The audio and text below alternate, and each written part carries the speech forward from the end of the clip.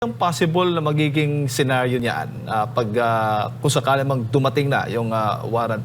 Sa tingin mo, considering yung nangyari kay FPRRD, tutuluyan? Anong possible na mangyari kay Senator Bato? Well, yun nga eh.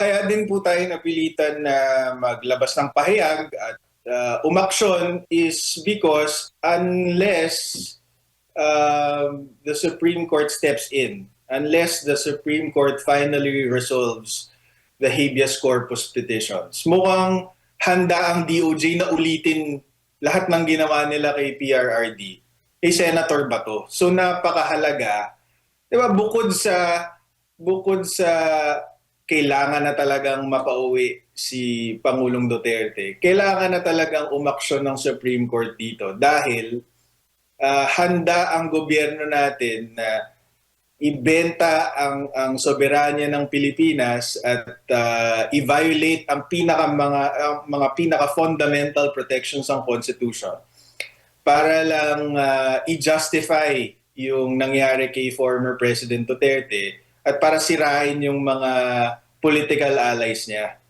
So, hindi natin alam kung itutuloy nila, pwedeng posturing, pwedeng sinabi lang nila yon para i-justify yung KPRRD.